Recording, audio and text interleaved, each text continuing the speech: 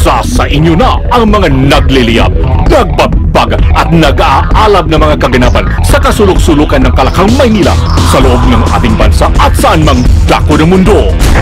Naglalagablab!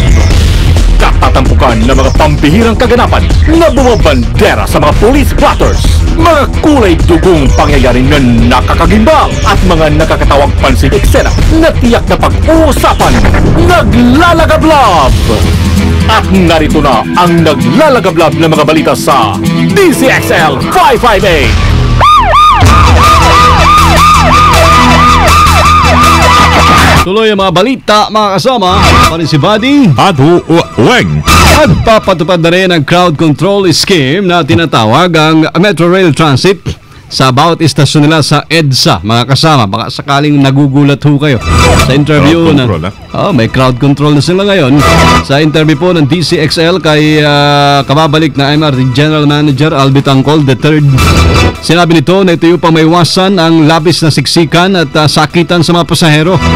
Sa ilalim po ito, hanggang 500 pasahero lamang ang papapasukin sa loob ng platform ng bawat istasyon at paghihintay naman sa labas na iba pa habang hindi nakasasakay ang mga paserong nasa loob. Ayun. Mahirapan to. Oo. Ayon ho kay Bitangcol, ipinatupad nila ang ganitong sistema para magkaroon ng tsansa ay iba pang mga pasahero na naghihintay sa ibang istasyon na makasakay din sa tren pagdating sa nila. So, dati na itong meron. Okay. Hindi na lang, yung station supervisor, siya ang mag-decide kung kailan niya tigilin ang pag-akit ng mga pasahero. Ngayon, ginawa na nating fixed number. Na 500 people na lang. So, wala nang discretion yung station supervisor. Basta pag umabot na ng 500, stop entry tayo. Tapos, pag nakasakay na yung 500, saka ulit tayo magpapaakit ng another 500. Sa pamamagitan ng crowd control na ito, magkakaroon na po ng pantay na distribusyon ng bilang ng pasahero na makakasakay sa tren sa bawat biyahe nito. Una nang nagpatupad ng crowd control nga ang Light Rail Transit Line 1. Babang pilahan ho yan. Sana inintay muna yung mga bagong tren. At saka wag biro mo. problema dyan pag sumugod lahat. Pag sumugod, antay-antay ka talaga sa baba. Tawag doon, stop entry. Yosep. Ayan, nakilala na ho ang dalawa pang namatay matapos mahulog ang Don Mariano Bus sa Skyway noong Lunes. Kinilala ho ang mga ito na sina Mar Adrian Zulueta. Siya ay 23 anyos, taga Sapang Palay, Bulacan, at Emmanuel Layon, taga Imus, Cavite, kapwa construction worker ho mga to. Ang mga yan ay kabilang ho sa dinala sa Veronica Memorial Home sa Arnaiz Avenue sa Pasay. Isang labi na lamang ho na babae, ang edad ay 35 hanggang 40 ang sa naturang punerarya, ang ngayon ay hindi pa rin nakikilala. Nakasuot ito ng medyo bulaklaking damit at maong na pantalon. Sabi ng mga opisyal ng punerarya, sinasagot ng Don Mariano ba sa mga gastusin sa mga labi. Kabilang sa inako ng bus line ang pagpapauwi sa mga labi sa kanilang probinsya. Naglalagay sa 558! Di natin aabot naman sa may 200 na halaga, 200,000 halaga ng mga aralian. Ito yung nasunog sa warehouse ng Aluminum Glass Company sa may East Service Road dyan sa Bikutan, Parañaque. Alas 12:30 kanina madaling araw na itaas ang 3 alarm ang sunog na tumupok sa warehouse ng Always Corporation. Pasado alas 3 na nadeklarang fire out. Ayon sa Bureau of Fire Protection Parañaque, posible nagumpisang apoy sa kisame ng bodega kung saan electrical ang sanhi ng sunog.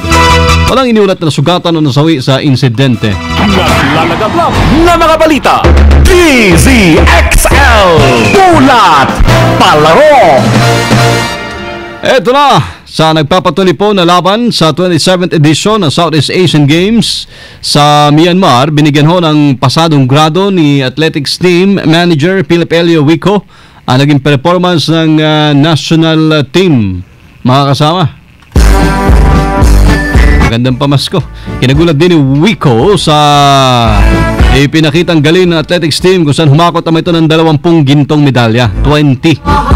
Samantala, lalaban po ngayong araw sa semifinals ng Muay Thai si Jonathan Polosan kung saan makakalaban niya ang pambato ng Vietnam.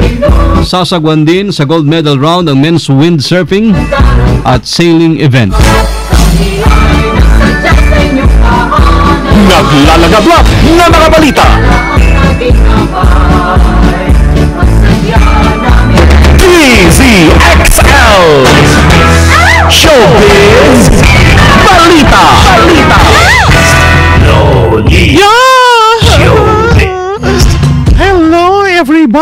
magandang tanghali. Hello, everyone. Hello. We wish you a Merry Christmas. We wish you a Merry Christmas. Yan ang wish ngayon ng mga nanliligaw at nagpaparamdam kay Casey Concepcion. Sila yung kumakanta. Sila yung mga naghahanap ng paraan at gumagawa ng way upang siya ay masilayan. O, di ba? Para lang siyang Santo Niña. Ngayong Pasko. Ano ang haba ng hair? Ano ibig sabihin nun? Ha? Echos, ganon? Apa, sabi ni Casey, sobrang abala kasi siya sa trabaho. Kaya naman talagang na-appreciate niya ang effort ng mga manliligaw niya. Napatuloy niyang nililigaw rin. Pagbibida pa ni Casey, may bago siyang Christmas tree na American Pine Tree, social mo die. At ito ay bigay ng aktor na si Paolo Avellino. Uy, that's illegal logging. Pine tree? Talagang ginamit, ha? Oh, sa bagay, wala naman tayong pine tree rito, kaya American yan. Baka yan ay dinonate ang Amerika, ha? Kinuha mo pa. Hindi naman daw ipinagdadamot ng actress sa publiko sakaling magkaroon ito ng love life. Sinabi naman ni Casey na sino ba naman daw ito para i-judge ang aktor sa pagkakaroon niya ng pine tree, ay pagkakaroon ito ng anak ni Avellino. Meron na pala. Pagtatanggol ni Casey, doon naman rin daw siya nanggaling ng mag-asawa muli ang kanyang Mami Shawi. Ha? Ano daw yun? Mag-asawa. Muli. Okay. So, tsaka yung ex niya, di ba, may anak na rin dati. So, ano ngayon? Kung total, magkakatuluyan sila. Ang bottom line, magkakaanak rin sila, di ba? So, yan mga anak, ang aking showbiz news ngayong tanghali. Tapos It's me, your loving sister, Lolly. Paparapapap, Lollipop. Thanks, Loli. Loli, salamat. Thank you. Hindi gasgas, hindi umatras, medyo madulas. Ito ang balitang panghimagas. Ito na siya. Ayan. Magandang afternoon kasamang Weng at Buddy. Ito nga. Bakit tinawag na afternoon? Ang afternoon. Hindi ko alam. Trivia ba? Hindi ko alam yung trivia. Bakit tinawag na morning? Oo. Ang morning. Ayan. Hindi, afternoon. po? Afternoon lang. Bakit? Kasi alas 12 noon, di ba tawag? So 12:30, so afternoon na. Ay. Ay, naku, sir. Sana nga. Kung- Talagang maganda yung paliwanag, analysis. Trivia. Afternoon. So, Yes. before 12, ang tawag dyan ay before noon. Before noon. Pag 12:30 na afternoon. 12:30. Okay. Afternoon. Parang Parang after you. Before you. After you. Eto nga. Kung inaakala nyo na sa palabas lang napapanood ang Gingerbread House, pues maaari nyo na itong makita sa totoong buhay. Pasok lang naman sa 2013 Guinness World of Records ang largest. Yan.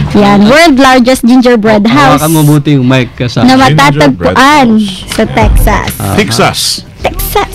Ang bahay na ito ay may sukat lang na 39 and 201 cubic foot house at tumutulong upang makalikom ng pera para sa mga local trauma centers.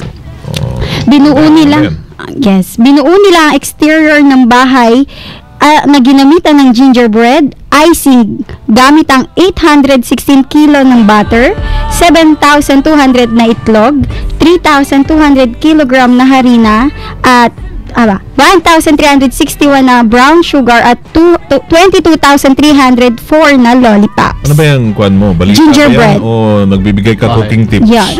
Hindi. Yung mga bilang po ng mga ginamit nila para mabuo yung gingerbread na house. Yan. Sa halagang $2 para sa mga bata at $3 para sa matatanda, maaari nyo nang makita ang gingerbread house na ito sa Texas. Ito siya. Texas, layo naman. Yes. Oo. Puro candies siya. Pwedeng kainin. Hindi. Ay. Diyan lang po. Display lang ang candies. Oo. Yan ang aking balitang panghimagas kasama mo sa DCXL News Center. Ako po si Jenny. Sa Sintalbog silang lahat. Tatak, Armen. Thank you.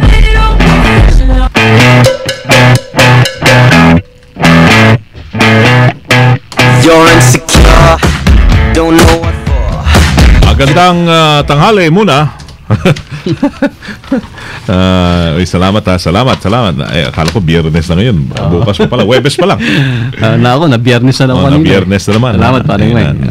Para dun sa mga nakikinig sa atin, mga mister na talagang malakas ang fighting spirit. Fighting spirit. Tsaka yun, may sex appeal. Maraming kwento. Yung iba may hindi lang sex appeal, 7 appeal. Kita mo may 8 appeal. Yung iba naman hanggang kwento na lang. Yeah. Robas, huwag kalimutan na. Robas Extreme. Para ho sa mga mister na napapagod pag biyahe, pag maneho, pagdating ng bahay, para hindi tumamlay, merong Robas Extreme. Bago ho yan, mas malakas, mas matibay. Robas Extreme, available sa Mercury Drug at Watson's, Generica, Southstar, all leading drugstores nationwide. Hatid at gawa ho yan ng ATC Healthcare International Corporation, your trusted life ally. At no approved therapeutic claims, meron din silang Reducin, Oristat that eliminates and blocks fat. At yung Power Up Extreme nila, dietary supplement for men, para ho hindi kayo maubusan ng power sa stress at pagod. Di may Power Up Extreme.